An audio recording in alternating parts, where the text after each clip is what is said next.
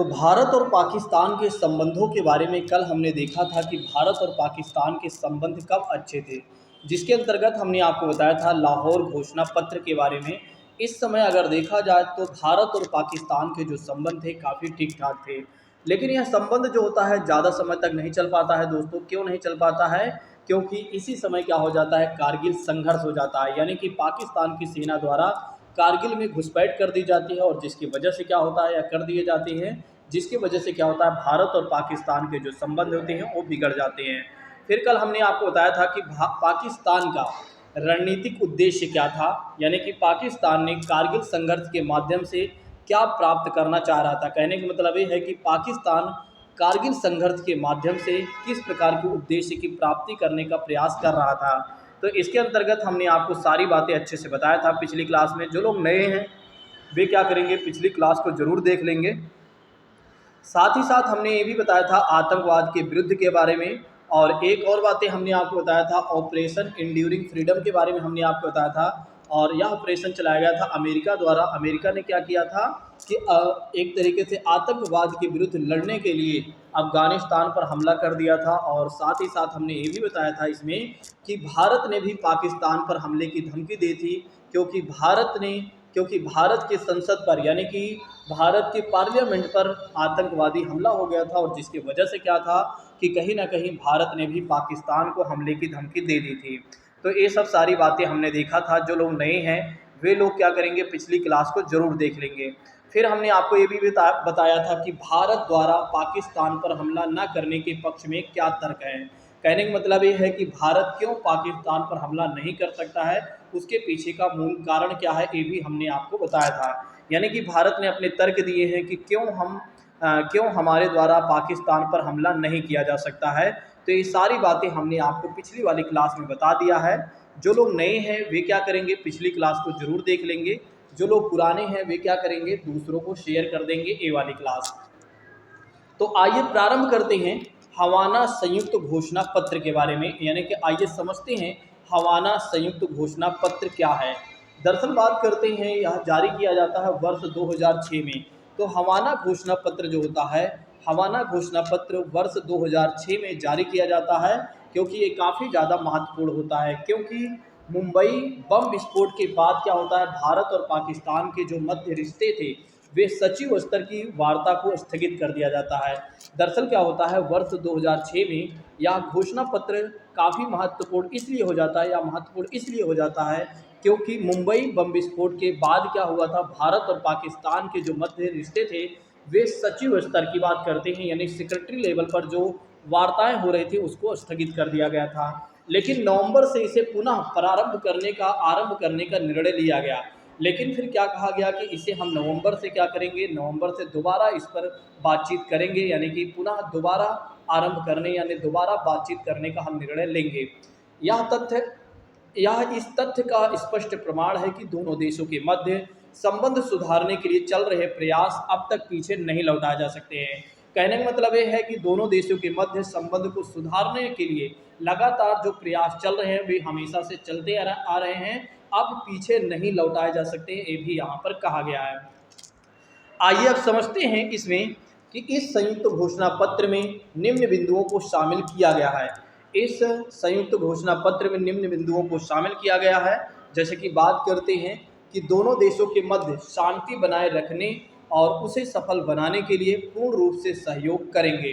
इसमें कहा गया दोनों देशों के मध्य शांति बनाए रखने के लिए और उसे सफल बनाए रखने के लिए पूर्ण रूप से सहयोग करेंगे।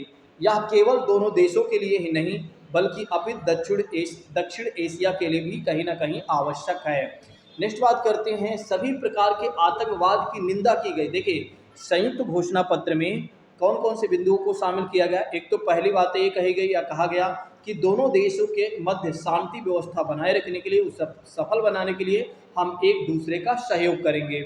और सहयोग ही नहीं, केवल दोनों देशों के लिए नहीं बल्कि दक्षिण एशिया के लिए भी हम सहयोग करेंगे। देखिए यहाँ पर फिर से कुछ बड़े वादे किए जाते हैं। यहाँ पर दोनों देश इस बात को लेकर वादा करते हैं कि अब हम क्या करेंगे, हम केवल और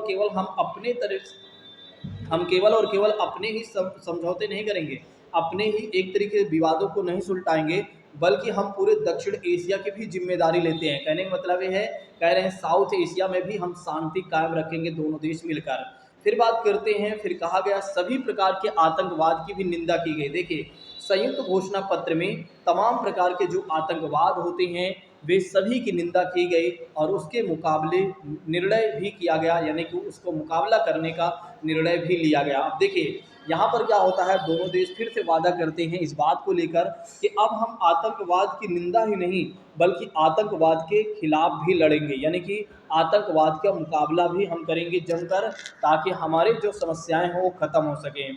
ठीक है, नेक्स्ट बात करते हैं, फिर क्या कहा गया कि दोनों देशों के मध्य सभी मुद्दों को शांतिपूर्ण ढंग से सुलझाने पर बल दिया गया। देखिए यहाँ पर क्या होता है, फिर से एक वादे किए जाते हैं, यानी कि वादा किया जाता है और कहा जाता है कि हम दोनों देश क्या करेंगे, सभी प्रकार के मुद्दों को शांतिपूर्ण ढंग से सुलझाएंगे और जिसमें कश्मीर भी सम्मिलित होगा, जिसमें कहा गया कश्मीर भी सम्मिलित होगा। ऐसे विकल्प पर विचार किया जाएगा जो दोनों देशों को स्वीकार्य होगा या होंगे। कहने का मतलब ये है कि यहाँ पर इस प्रकार के वादे किए जा रहे हैं कि आप मानो ही मत, आप सोचो ही मत कि किस प्रकार के कितने अच्छे अच्छे शब्दों का चुनाव किया जा रहा है। यहाँ पाकिस्तान भी हाँ मिला रहा है, वो बोल रहा है हाँ ठीक है हम ऐसा करेंगे।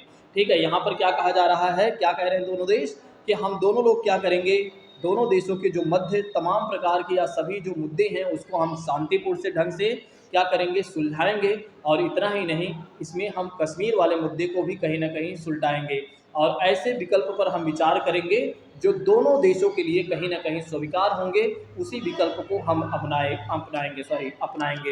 नेक्स्ट बात करते हैं, समग्र वार्ता को बनाए रखने के लिए। देखिए फिर क्या कहा जा रहा है, समग्र वार्ता यानी सभी वार्ता यानी बातचीत को बनाए रखने के लिए विदेश सचिव स्तर की वार्ता जो स्थगित कर दी गई थी उसे हम प्रारंभ करेंगे। अब यहाँ पर फिर से दोनों देश क्या कर रहे हैं, एक नए वादे कर रहे हैं कि अभी जो हमारे सारे वार्ताएं हो रही थी, बातचीत हो रही थी जो स्थगित कर दी गई थी विदेश सचिव स्तर पर, उसको हम फिर से प्रारंभ करेंगे। सियाचिन मुद्दे को भी सुलझाया जाएगा। अब यहाँ पर एक फिर से कहा जाता है कि हम क्या करेंगे, दोनों देश सियाचिन मुद्दों को भी कहीं ना कहीं सुलझाएंगे, यानी कि कहने का मतलब ये है जो सियाचिन इशू है उसको भी हम कहीं ना कहीं सुलझाएंगे। और इतना ही नहीं, जो गुजरात वाला क्षेत्र है, सरक्रीक मुद्दा जो है उसको भी संयुक्त रूप से हम सर्वेक्षण करेंगे और उसमें भी जो विवाद है उसको भी कहीं ना कहीं हम सुलटाएंगे, यानी कि आपस में बातचीत करके उसको समझेंगे। विश्वास बनाने के लिए विश्वास बनाए उपायों को भी हम लागू करेंगे। कहने का मतलब ये है कॉन्फिडेंस बिल्डिंग मेजर्स की बात करते हैं तो इसको भी हम लागू करेंगे। तो इस बात को ध्यान रखिएगा कि क्या क्या वादे किए गए हैं संयुक्त घोषणा पत्र में।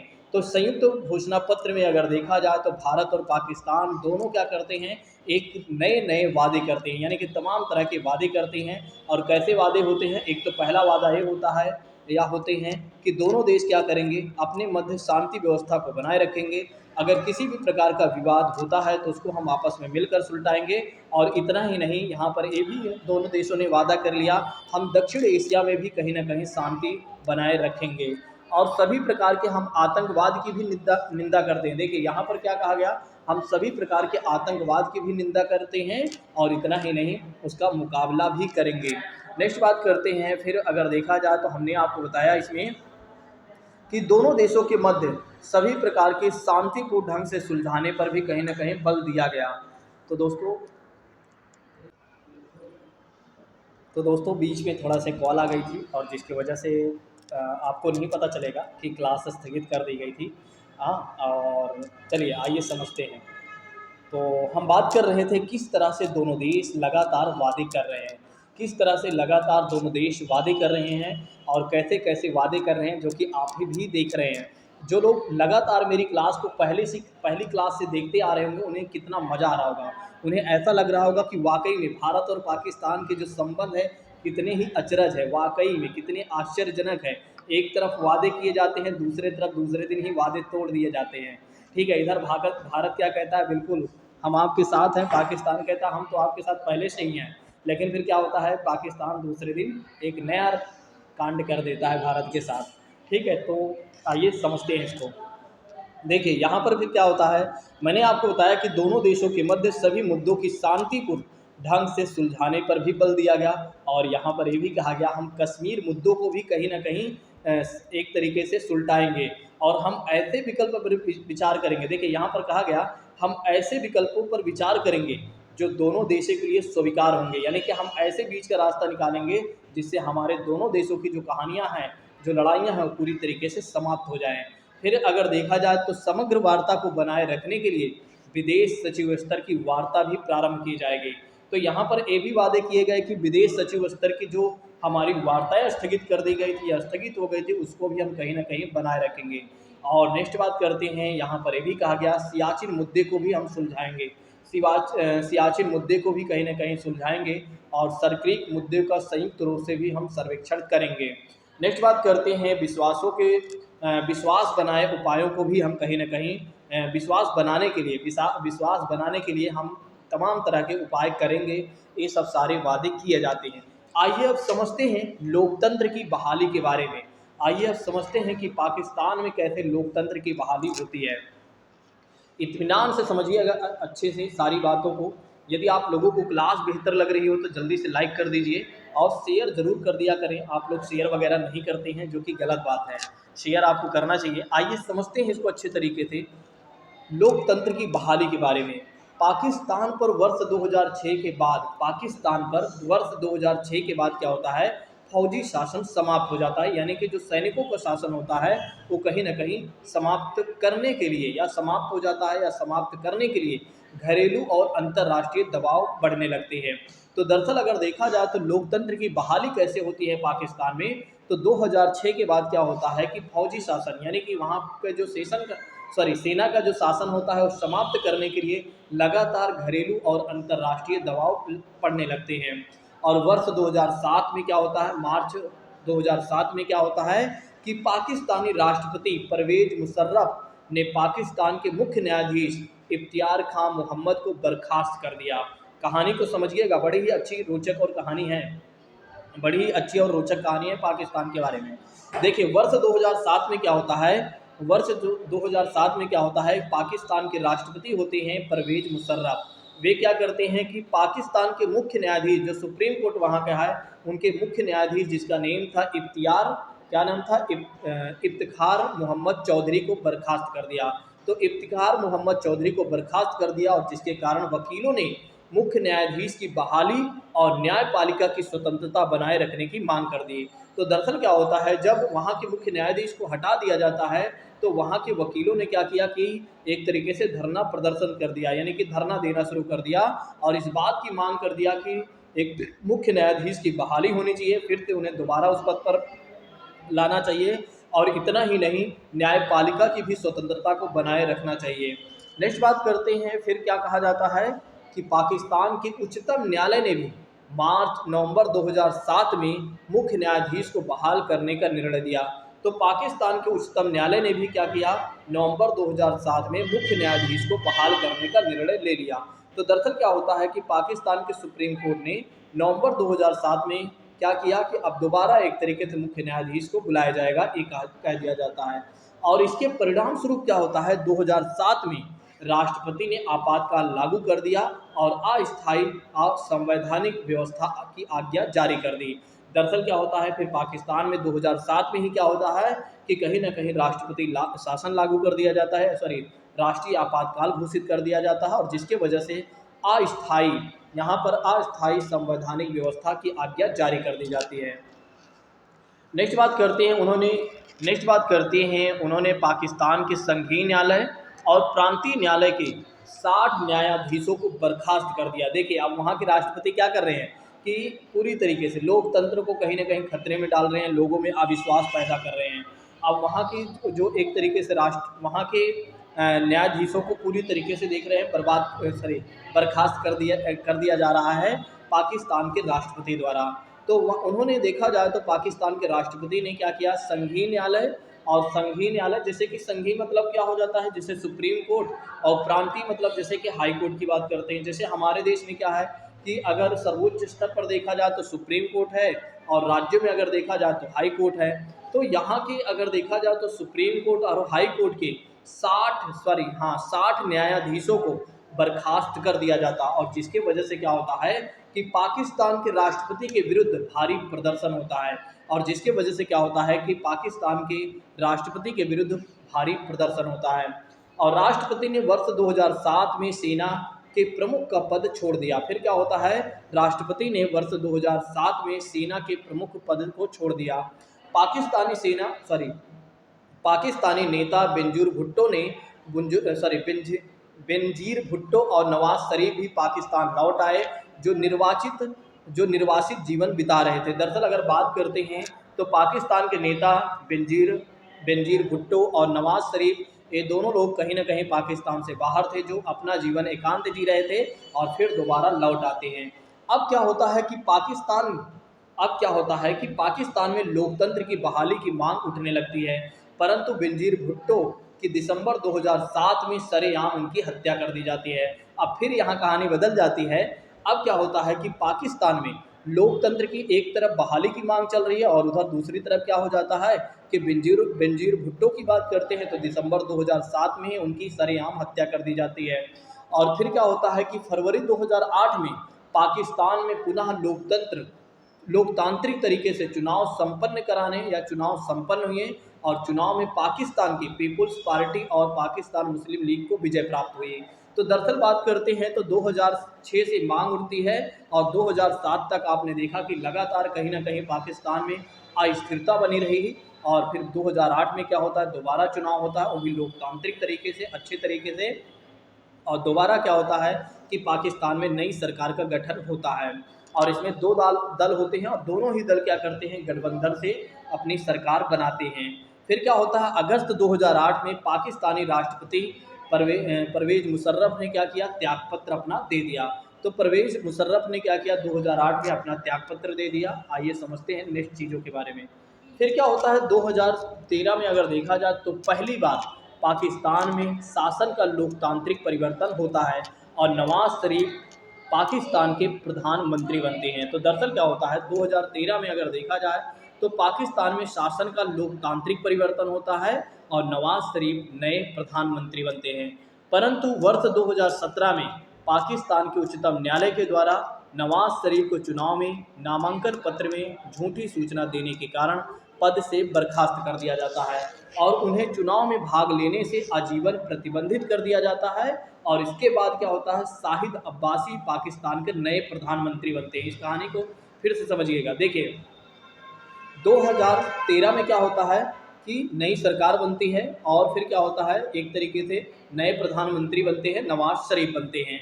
फिर क्या होता है कि 2017 में पाकिस्तान की सुप्रीम कोर्ट ने क्या किया, नवाज शरीफ को चुनाव में नामांकन पत्र में झूठी सूचना देने के कारण, मतलब वहाँ की जो हाई कोर्ट ने क्या कहा कि नवाज शरीफ ने क्या किया है कि चुनाव में जो नामांकन पत्र उन्होंने भरा था वो सारी सूचनाएं झूठी है और जिसके वजह से वहाँ के हाई कोर्ट ने इन्हें बर्खास्त कर दिया और इन्हें आजीवन प्रतिबंध लगा दिया कि अब आजीवन कभी भी ये चुनाव नहीं लड़ पाएंगे। और जिसके वजह से क्या होता है, बाद में शाहिद अब्बासी को पाकिस्तान का एक नए प्रधानमंत्री के रूप में चुना जाता है या नया प्रधानमंत्री बनाया जाता है। किसे बनाया जाता है, अब्बासी पाकिस्तान को। इस कहानी को ध्यान रखिएगा।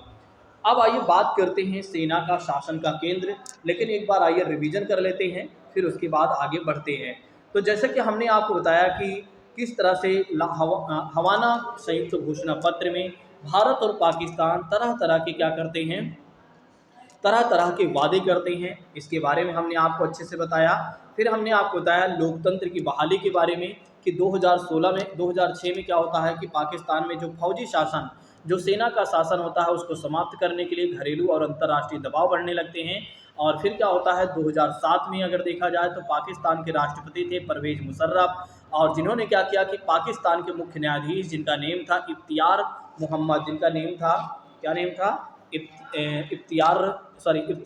मोहम्मद चौधरी, जिनको बर्खास्त कर दिया। और जिसकी वजह से वकीलों ने मांग किया कि दोबारा उनके मुख्य न्यायाधीश की बहाली होनी चाहिए और न्यायपालिका की स्वतंत्रता जो है उसको बनाए रखना चाहिए। ठीक है। फिर हमने आपको बताया कि पाकिस्तान के उच्चतम न्यायालय ने नवंबर 2007 में मुख्य न्यायाधीश के फिर से बहाल करने का निर्णय ले लिया। लेकिन फिर क्या होता है कि इसके परिणाम स्वरूप क्या होता है, 2007 में हमने आपको बताया कि राष्ट्रपति ने आपातकाल लागू कर दिया और जिसकी वजह से यहाँ अस्थिरता आ जाती है, यानी कि अस्थायी संवैधानिक व्यवस्था की आज्ञा जारी कर दी जाती है। फिर हमने आपको बताया कि यहाँ पर एक और बात किया जाता है यहाँ पर एक और बात की जाती है, जैसे हमने आपको बताया कि संघीय न्यायालय और प्रांतीय न्यायालय के जो 60 न्यायाधीश उनको पूरी तरीके से बर्खास्त कर दिया जाता है, यानी कि डिसमिस कर दिया जाता है वहाँ के पाकिस्तान के राष्ट्रपति के द्वारा, और जिसके वजह से राष्ट्रपति के विरुद्ध क्या होता है, भारी प्रदर्शन होता है। फिर क्या होता है, राष्ट्रपति ने क्या किया, 2007 में सेना के जो प्रमुख पद था उसको छोड़ दिया। और फिर क्या होता है कि दो लोग होते हैं जिनका नेम था, पाकिस्तान के जो नेता थे, नेता नेता बेनजीर भुट्टो और नवाज शरीफ, जो पाकिस्तान से बाहर अपना जीवन निर्वासित कर रहे थे, वे दोबारा एक तरीके से वापस आते हैं। और जिसके वजह से क्या होता है, हमने आपको बताया आगे चलकर क्या होता है कि पाकिस्तान में क्या होता है, लोकतंत्र की बहाली की मांग उठती है एक तरफ, और दूसरे तरफ क्या होता है कि बेनजीर भुट्टो को दिसंबर 2007 में उनकी हत्या कर दी जाती है। लेकिन 2007 में फिर ज़्यादा कुछ नहीं हो पाता है। फिर क्या होता है, फरवरी 2008 में क्या होता है कि पाकिस्तान में दोबारा अच्छे से चुनाव होता है। फिर क्या होता है, इसमें दो पार्टी जीती हैं, एक तो पाकिस्तान पीपुल्स पार्टी और दूसरी है पाकिस्तान मुस्लिम लीग। दोनों पार्टी एक तरीके से जीती हैं और दोनों क्या करती हैं, संयुक्त रूप से अपना गठबंधन का सरकार बनाती हैं। और फिर क्या होता है, 2008 में पाकिस्तान के राष्ट्रपति परवेज मुशर्रफ ने क्या किया, अपना त्यागपत्र दे दिया।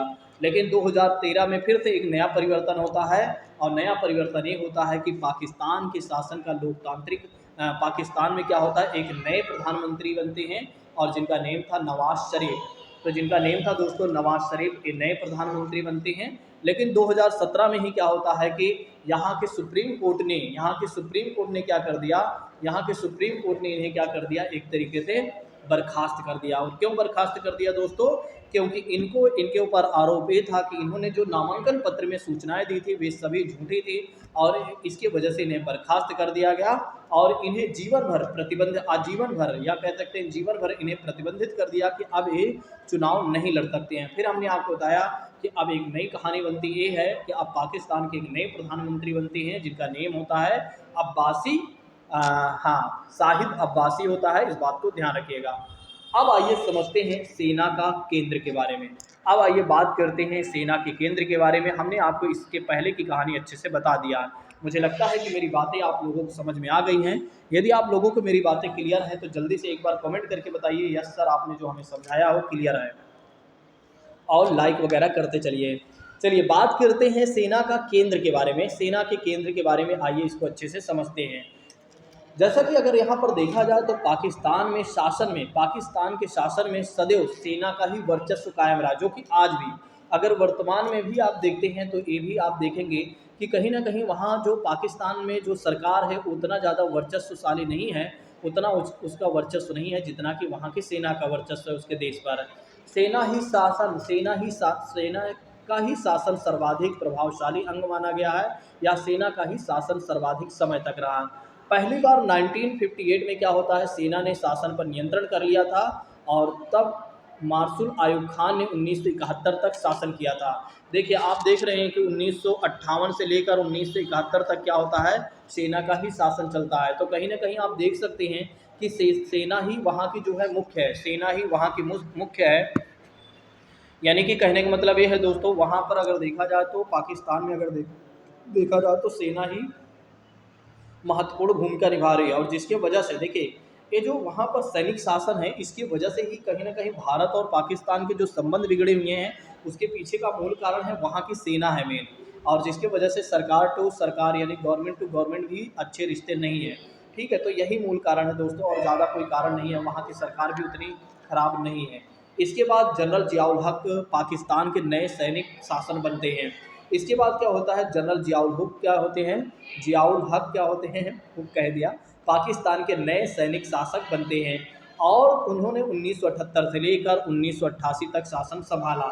जनरल परवेज मुशर्रफ ने 1999 में पाकिस्तान के निर्वाचित प्रधानमंत्री नवाज शरीफ को शासन से बर्खास्त कर दिया और 2008 तक सत्ता पर नियंत्रण रखा। दरअसल क्या होता है कि एक मिनट दोस्तों, एक मिनट थोड़ा सा,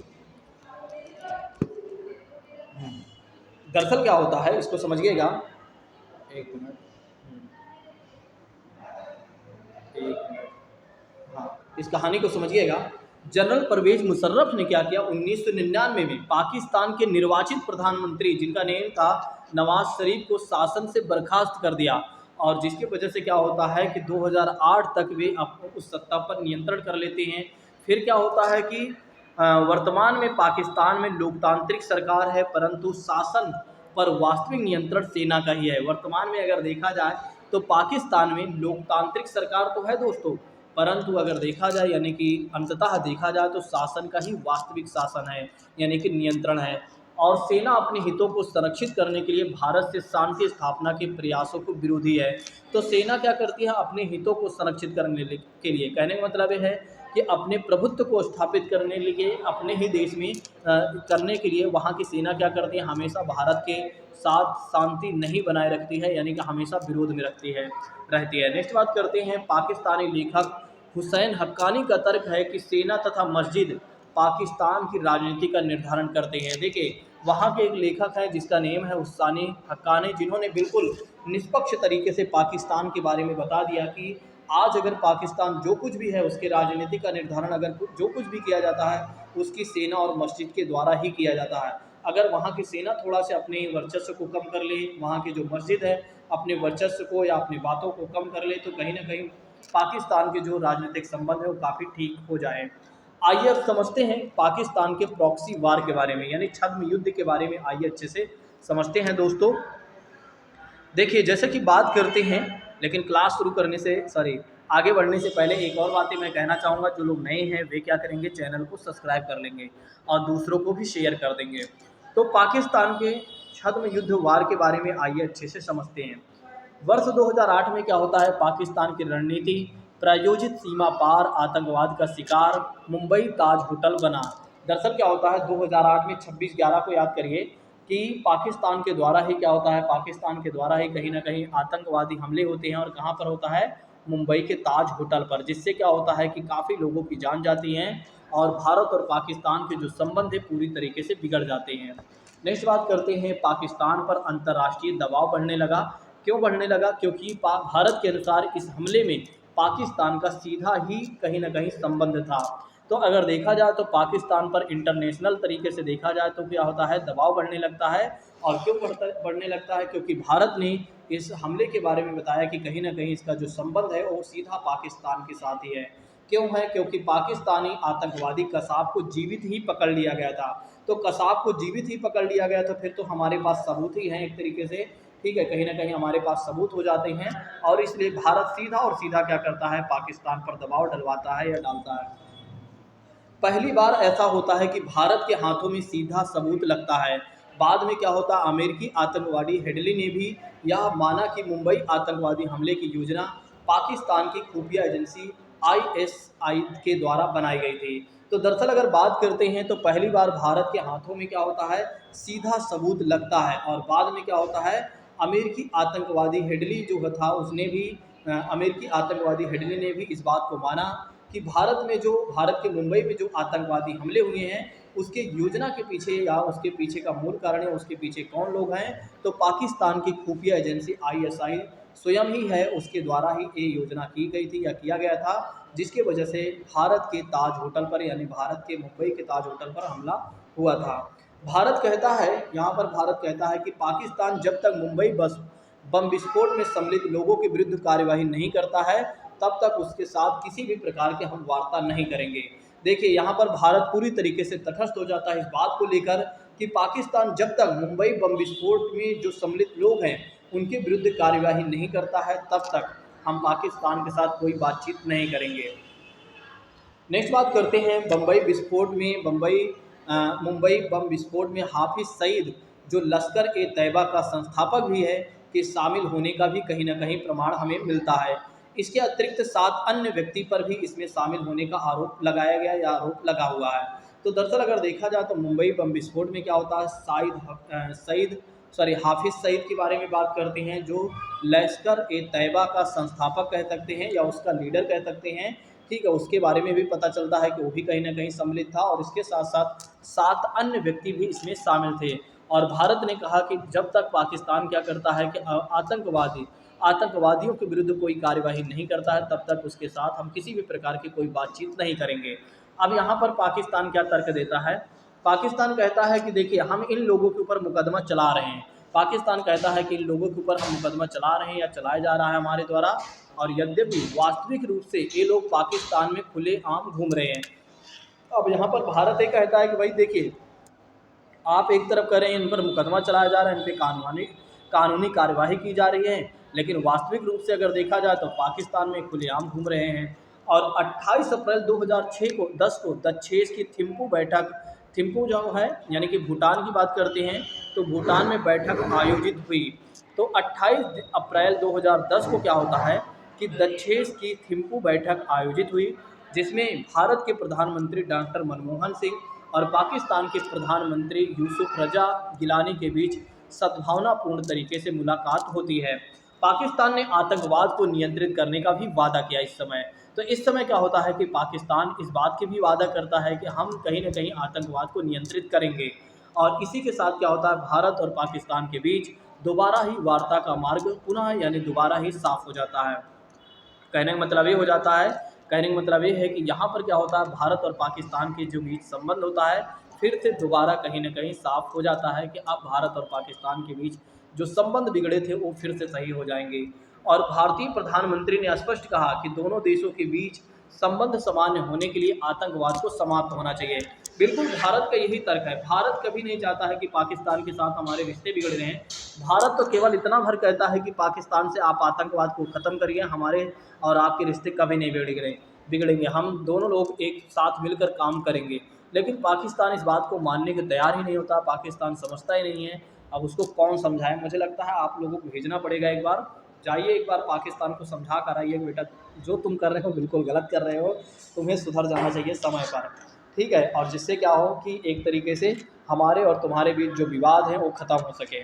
चलिए अब आइए समझते हैं भारतीय प्रधानमंत्री की पाकिस्तान यात्रा, यानी कि भारत के प्रधानमंत्री के द्वारा पाकिस्तान की कब यात्रा की जाती है या होती है। तो भारतीय प्रधानमंत्री यानी भारत के प्रधानमंत्री की यात्रा पाकिस्तान यानी कि पाकिस्तान में भारत के प्रधानमंत्री कब जाते हैं, आइए समझते हैं। तो दरअसल बात करते हैं नरेंद्र मोदी जी के बारे में, कहानी अब 2016 तक आ गई है, यहाँ से समझते हैं। तो प्रधानमंत्री नरेंद्र मोदी जी के द्वारा क्या होता है, 2016 में पाकिस्तान की यात्रा की गई, और यह यात्रा 12 वर्षों बाद किसी भारतीय प्रधानमंत्री के द्वारा पाकिस्तान की यात्रा होती है। 12 वर्ष के बाद ऐसा होता है। तो 2016 से 12 वर्ष आप पीछे चले जाइएगा, आपको पता चल जाएगा कि कब तक भारत के प्रधानमंत्री ने एक तरीके से पाकिस्तान की यात्रा किए थे या किया था। तो जैसे कि अगर बात करते हैं 12 वर्ष से बाद क्या होता है, किसी भारतीय के द्वारा क्या होता है, पाकिस्तान की यात्रा की जाती है। दरअसल यह यात्रा कोई भी सुनियोजित नहीं होती है दोस्तों। प्रधानमंत्री के द्वारा क्या होता है कि पाकिस्तान की यह यात्रा अचानक की गई, क्यों की गई अभी मैं बताता हूं, जो कि पहले घोषित नहीं थी। क्योंकि भारत के जो प्रधानमंत्री थे वो अफगानिस्तान गए थे, और वहीं से क्या होता है सीधे अब पाकिस्तान चले जाते हैं। तो दरअसल अगर देखा जाए तो नरेंद्र मोदी जी 2016 में पाकिस्तान की यात्रा करते हैं, लेकिन कोई भी यह यात्रा जो थी सुनियोजित नहीं थी। प्रधानमंत्री जी यानी हमारे मोदी जी क्या करते हैं, वे गए होते हैं अफगानिस्तान और सोचते हैं चलें पाकिस्तान से भी मिलते चले आते हैं। कहने का मतलब ये है कि बस वही है, एक रिश्तेदारी जाते हैं तो आदमी ये सोचता है कि दूसरी रिश्तेदारी भी घूमते चले आते हैं, वहाँ भी हालचाल ले लेंगे क्या चल रहा है। इससे यह प्रतीत होता है, देखिए इस बात को समझिएगा, यहाँ केवल हालचाल की ही बात नहीं है, यहाँ पर आप देखेंगे कि कहीं ना कहीं भारत इस बात को लेकर बिल्कुल सजग है, और भारत इस बात को लेकर बिल्कुल संवेदनशील है कि भारत और पाकिस्तान के जो संबंध है वो बेहतर हों। देखिए यहाँ पर समझिएगा इस कहानी को, कहा जा रहा है इससे यह प्रतीत होता है कि भारत पाकिस्तान के संबंध बनाए रखने के प्रति गंभीर है। भारत ये चाहता है कि पाकिस्तान के जो संबंध हैं उसके साथ पूरी तरीके से अच्छे होना चाहिए, यानी कि कहीं ना कहीं भारत इस बात को लेकर गंभीर है कि पाकिस्तान के साथ हमारे संबंध बेहतर होना चाहिए। भारत के द्वारा संबंध बेहतर करने की पहल की गई, जो कि बेहतर रणनीति मानी जाती है। बिल्कुल बहुत सारे लोग ये सोचते हैं कि भारत इतना विशाल देश है, पाकिस्तान से क्यों बार बार ये कहता है कि हमारे संबंध अच्छे होने चाहिए। भारत ये चाहता है कि आगे चलकर हमें कोई ये ना कहे, हम पर कोई ये प्रश्न ना करे, कोई भी देश हम पर ये ना प्रश्न करे कि आप ही एक बार छोटे बन जाते तो क्या हो जाता, ठीक है, आप ही एक तरीके से बड़े होने के नाते आप छोटे बन जाते तो क्या हो जाता, ठीक है। तो भारत इसलिए हमेशा पाकिस्तान से एक बार हाथ मिलाने का प्रयास करता है पहले, कि पाकिस्तान के साथ अच्छे संबंध हो जाए। लेकिन क्या होता है, प्रधानमंत्री की यात्रा के बाद ही क्या होता है, भारत के पंजाब प्रांत के पठानकोट जनपद में स्थित स्टेशन पर आतंकवादी हमला हो जाता है और जिसमें क्या होता है कि काफ़ी लोग शहीद होते हैं और जिसमें पाकिस्तान के आतंकवादी संगठन जैश ए मोहम्मद का कहीं ना कहीं हाथ था दोस्तों। देखिए, एक तरफ भारत के प्रधानमंत्री पाकिस्तान जाते हैं और पाकिस्तान के हालचाल लेते हैं और वे ये चाहते हैं कि भारत और पाकिस्तान के संबंध बेहतर हों। वहीं दूसरी तरफ पाकिस्तान दूसरी चाल चल देता है और चाल उसकी क्या होती है कि वो पंजाब प्रांत के पठानकोट के जनपद में क्या होता है, जो एयरफोर्स स्टेशन होता है उस पर आतंकवादी हमला करवा देता है, आतंकवादी हमले हो जाते हैं और जिसकी वजह से भारत और पाकिस्तान के जो संबंध होते हैं पूरी तरीके से बिगड़ जाते हैं। और इसमें हाथ किसके था, तो जैश ए मोहम्मद का हाथ था, इस बात को ध्यान रखिएगा। फिर बात करते हैं, फिर कहा जा रहा है इसकी जांच के लिए। अब देखिए फिर क्या होगा, अब यहाँ पर फिर पाकिस्तान एक नया चाल चलेगा। इसकी जांच के लिए पाकिस्तान के द्वारा संयुक्त जांच दल भी भेजा गया। पाकिस्तान ये कहता है कि भाई हमारे द्वारा कोई भी ये आतंकवादी हमले नहीं करवाए गए हैं, इसलिए हम स्वयं इसकी जांच के लिए आपके सहयोग कर रहे हैं और जिसे अत्यधिक महत्वपूर्ण भी माना गया, क्योंकि पहली बार ऐसा है जब भारत पर किसी आतंकवादी हमले के बाद पाकिस्तान का दृष्टिकोण जो ज़्यादा सकारात्मक दिखाई दिया। ऐसा पहली बार होता है जब पाकिस्तान की सरकार के द्वारा क्या होता है, संयुक्त जांच करने की मांग को मान लिया जाता है। ऐसा पहली बार होता है दोस्तों। परंतु अभी समझिएगा, पाकिस्तान फिर से आरोप लगा देगा। ठीक है, पाकिस्तान फिर से आरोप लगा देगा भारत के ऊपर। लेकिन अगर देखा जाए तो इस जांच दल की वापसी के बाद पाकिस्तान ने इस हमले को भारत की योजना कहा है। देखिए, जो पाकिस्तान को बदनाम करने के लिए कह दिया। देखिए, पाकिस्तान ने कहा कि ये जो जांच की जा रही है कहीं ना कहीं भारत की ये योजना है। भारत ये चाह रहा है कि कहीं ना कहीं पाकिस्तान बदनाम हो आतंकवाद के लिए, कि पाकिस्तान के द्वारा ही आतंकवादी हमले करवाए जाते हैं। देखिए, पाकिस्तान फिर से चाल चल दिया। नेक्स्ट बात करते हैं, इस घटना से यह साबित होता है कि भारत पाकिस्तान के बीच गहरे अविश्वास विद्यमान है। बिल्कुल, भारत और पाकिस्तान के बीच गहरे अविश्वास हैं, जिसकी अब बहाली बहुत ही कम हो सकती है। कहने का मतलब ये है अब बहाली होने में काफ़ी ज़्यादा समय लग सकता है। तो दोस्तों, आइए अब समझ लेते हैं विवाद के मूल मुद्दे, कश्मीर के मुद्दे के बारे में। तो इसको समझ लेते हैं। वैसे तो कल इसको समझेंगे ज़्यादा बेहतर होगा, क्योंकि इसके बाद हम जानेंगे पाकिस्तान का फिर कश्मीर पर क्या तर्क है और भारत क्या तर्क है। ठीक है, और संयुक्त राष्ट्र संघ का उपाय के बारे में हम समझेंगे। तो और फिर हम मैकनॉटन योजना, डिक्सन प्रस्ताव, ग्राहम मिशन और मैकनॉटन, इन सब चीज़ों के बारे में हम समझेंगे। और साथ ही साथ मैं आप लोगों से ये भी कहना चाहूँगा, जो लोग नए हैं वे क्या करें, चैनल को ज़रूर सब्सक्राइब कर लें और दूसरों को भी शेयर कर दें। ठीक है, आप लोग शेयर वगैरह नहीं करते हैं, आप लोगों को लगता है कि पता नहीं क्लास को पूरा करवाया जाएगा या नहीं। बिल्कुल पूरा करवाया जाएगा, बस थोड़ा सा सहयोग चाहिए। जब तक थोड़ा सहयोग नहीं मिल रहा है, उसकी वजह से क्या होता है कि कहीं ना कहीं एक बार मनोबल कम हो जाता है। चलिए, आज की क्लास को यहीं पर स्थगित करते हैं। थैंक यू सो मच दोस्तों। जय हिंद।